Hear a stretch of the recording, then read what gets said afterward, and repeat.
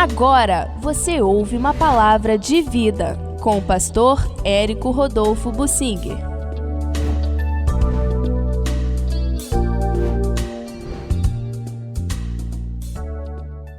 O que não podia, pela lei, no divórcio.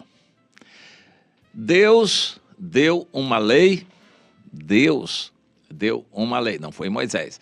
Deus deu através de Moisés para o povo de Israel a pedido do povo de Israel. Essa lei é constituída de mandamentos, estatutos. O divórcio é um estatuto, não é um mandamento.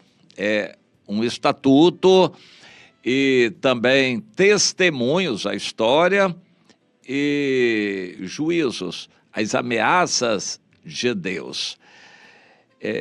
Em Deuteronômio 24, nós temos o Moisés tratando do divórcio, lembrando aquilo que Deus já tinha falado e, de certa forma, foi registrado nos 4 primeiros livros, Gênesis, Êxodo, Levítico e Números. E o Deuteronômio significa aproximadamente uma repetição. E nas Campinas de Moabe, Moisés reuniu todo o povo e fez poucos discursos. Nesses discursos que estão registrados, ele lembrou que Deus já tinha falado. Aqui no capítulo 24, ele trata do divórcio, que podia. E então, nós temos muitas abordagens a respeito do divórcio. No Novo Testamento pode o divórcio? No Antigo Testamento podia. Esse assunto foi levado para Jesus. Ô mestre, Moisés nos mandou dar carta de divórcio. E Jesus diz, não, ele não mandou, ele permitiu. É muito diferente. Mas a ideia de Deus é de um casamento duradouro, permanente, que a pessoa pense antes e persevere no casamento. Certamente que problemas vão aparecer, mas devem ser tratados dentro do casamento. E cada um, marido e mulher, entender a sua parte. Ninguém nasce sabendo, mas o casamento é o início de uma caminhada. Não é para a gente se casar depois de muita experiência. Não. O casamento é o início. A gente tem o potencial e a graça de Deus de se adaptar com qualquer pessoa com quem a gente se case. Casamento é o início. Desde que haja a correta interpretação do que é o casamento, cada um assume o compromisso de perseverar. Casamento é para perseverar, não é tentativa. Nada disso. É uma convicção, um contrato assinado diante de Deus, uma aliança feita e que vai ter Deus como avalista e todos os assuntos pendentes vão ser levados a Deus no casamento. O casamento é para ser duradouro. Jesus respondeu àquela indagação dos judeus dessa maneira. Desde o princípio, Deus criou homem e mulher. Por isso, deixará o homem seu pai e sua mãe, se unirá à sua mulher, e serão os dois uma só carne. Homem e mulher serão uma só carne e se aperfeiçoarão no entendimento, no amor, na unidade, na orientação aos filhos, na constituição da família e no relacionamento com outros núcleos, com outras famílias também. O casamento é o início dessa vida a dois. E era para ser pensado antes e assumido o compromisso, não se separe. O que Deus ajuntou, não o separe o homem. Casamento não é para ter divórcio. Divórcio, Deus odeia. Principalmente quando é divórcio de esperteza. Porque o divórcio de esperteza é quando a pessoa já está de olho em uma outra pessoa, aí provoca o seu cônjuge e arranja briga e confusão de propósito para justificar uma separação, porque ele já ela já está querendo uma outra pessoa. Isso aí eu creio que não tem perdão diante de Deus, a pessoa já com más intenções. Para ter perdão, a pessoa precisa voltar atrás e consertar todo o erro passado. Senão, não tem perdão. Tem que confessar. Confessar a quem? A quem prejudicou. Para, primeiro a Deus, mas depois a quem prejudicou, para ter o perdão daquela pessoa. Se não fizer isto, não terá o perdão de Deus. Mas quem é que faz isto? Se separa, fala gatos e sapatos daquela pessoa, depois vai voltar e procurar se reconciliar, amar. Reconciliar não necessariamente no casamento, ainda que permaneçam separados, mas se reconciliar para ter o perdão daquela pessoa, para confessar os erros cometidos e procurar se consertar. Quem é que faz isso? Eu acho muito difícil o divórcio, muito problemático, mas hoje em dia ele está sendo propagandeado e até estimulado para a pessoa ser feliz. Se ela não está sendo feliz no casamento, então ela se separa para poder conseguir ser feliz. Isso não é de Deus mesmo. Mas deixa eu ler aqui o capítulo 24 de Deuteronômio, só o início. Se acontecer, interessante, isso é lei? Não, isso é um estatuto, que não é um mandamento, é um estatuto que faz parte da lei, é uma permissão de Deus, não era para separar, mas se acontecer de um homem tomar uma mulher, se casar com ela, e se ela não for agradável aos seus olhos, por ele ter achado coisa indecente nela, isso também vai ser relativo. Na opinião do homem, ele encontrou na mulher um defeito, alguma coisa ruim, que ele considerou um adultério ou algo indecente. E então ele lavra um termo de divórcio, dá na mão da mulher e despede a mulher. Então, era assim que acontecia. Depois, com o passar do tempo, a mulher também passou a ter esse direito de se divorciar do marido. Anteriormente, era mais o marido que tinha esse direito de se divorciar da mulher. Ele não gostava, a partir de um certo ponto, ele dava uma carta de divórcio e despedia a mulher. Claro que isso tem muitas implicações. E os filhos? E o sustento da mulher, de acordo com as leis do país. Hoje, tudo isso tem que ser reinterpretado à luz das leis do país e dos princípios bíblicos do Novo Testamento. Não é assim. Em princípio, não é para se separar. O apóstolo Paulo diz em 1 Coríntios 7, ele diz, olha, é um mandamento, não meu, mas do Senhor, que o homem não se separe da mulher e a mulher não se separe do homem. Mandamento, não se separe.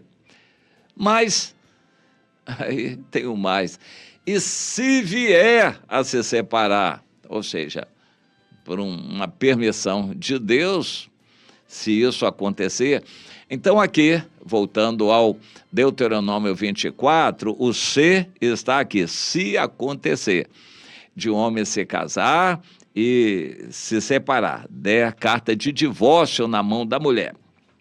E se essa mulher, saindo da sua casa, for e se casar com outro homem, claro, naquela época as mulheres não tinham sustento. Se acontecesse de ela ser separada do marido, claro que ela se lançaria na mão do primeiro que aparecesse e prometesse sustentá-la.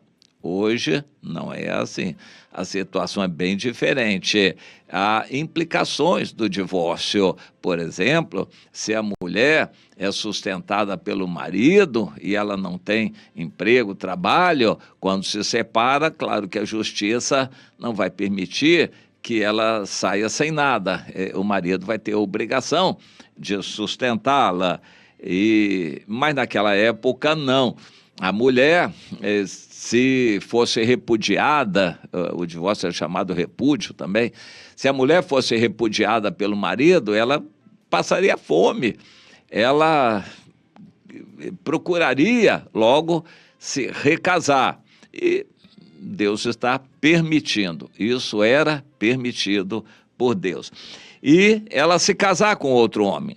Mas se acontecer a mesma situação, se este homem também não gostar dela e a aborrecer, e lhe lavrar termo de divórcio também, e lhe der na mão essa carta de divórcio e a despedir da sua casa, ou se este último homem que a tomou para si por mulher vier também a morrer, interessante, situações em que ela se casou de novo e ficou livre do marido, ou porque o marido não a quis, deu carta de divórcio, ou porque o marido morreu. Ou ela ficou viúva, ou ela ficou divorciada, de novo ela está livre. Livre para quê? Versículo 4. Então, se isso acontecer, essa mulher ficar livre, o seu primeiro marido, que a despediu, não poderá tornar a desposá-la. Isso é um juízo de Deus. Para que seja sua mulher novamente, depois que ela já foi contaminada por outro homem. Pois isto é uma abominação perante o Senhor. Nesse caso, isso faria pecar a terra que o Senhor teu Deus te dá por herança. Interessante, abominação e contaminaria a terra. O que contaminaria? O fato de a mulher ter sido possuída por um outro homem e depois voltar para o primeiro. Isso era abominação, não permitido mesmo. E isso seria punido com a morte. Divórcio podia. E casar de novo podia. Mas se ela ficasse divorciada de novo, não podia voltar para o primeiro marido. Por isso o apóstolo Paulo diz lá em 1 Coríntios 7, não se separem. Agora, se acontecer de se separar, que não se case com outro.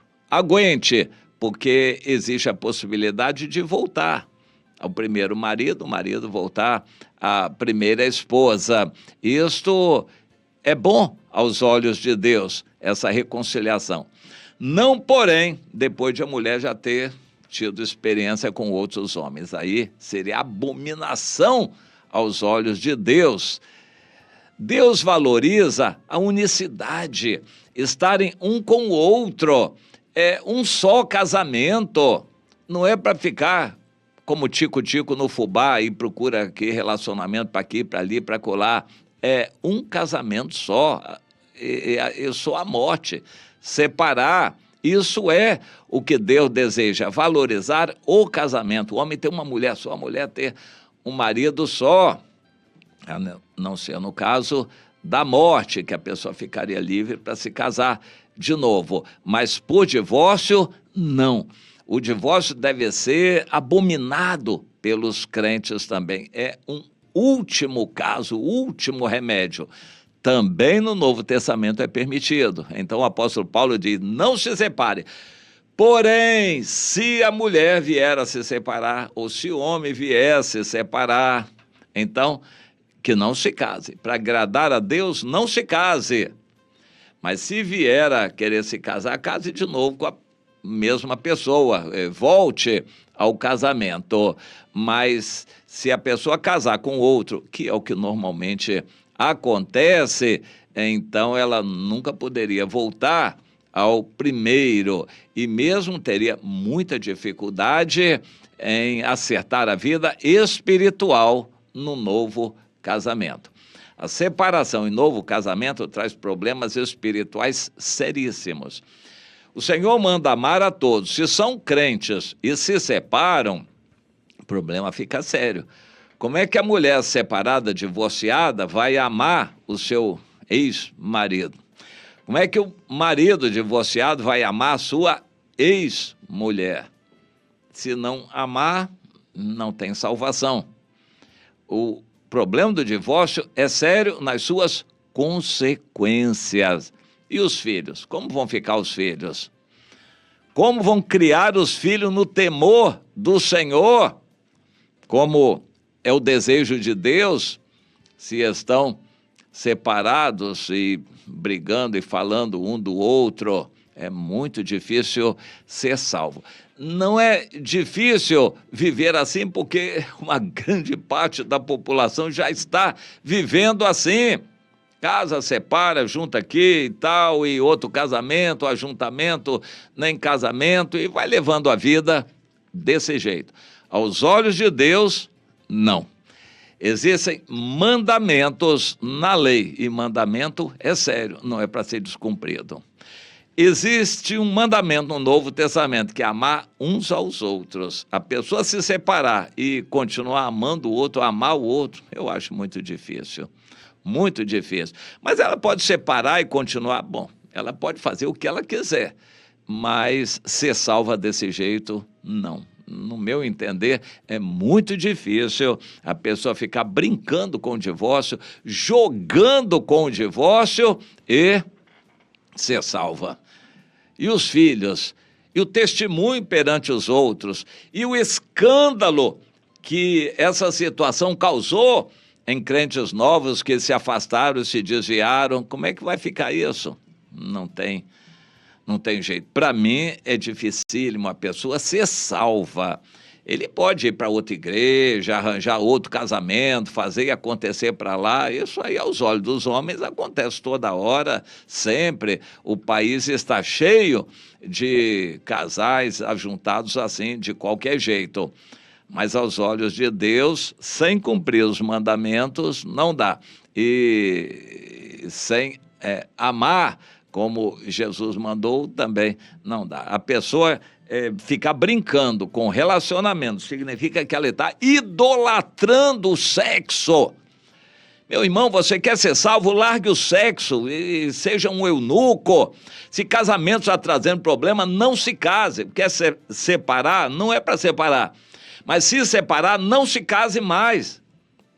Não fique brincando com o sexo. Não, mas eu não posso ficar sozinho. Meu irmão, você não está valorizando Deus, você que está desse jeito assim, porque você está idolatrando o sexo, botando acima de Deus.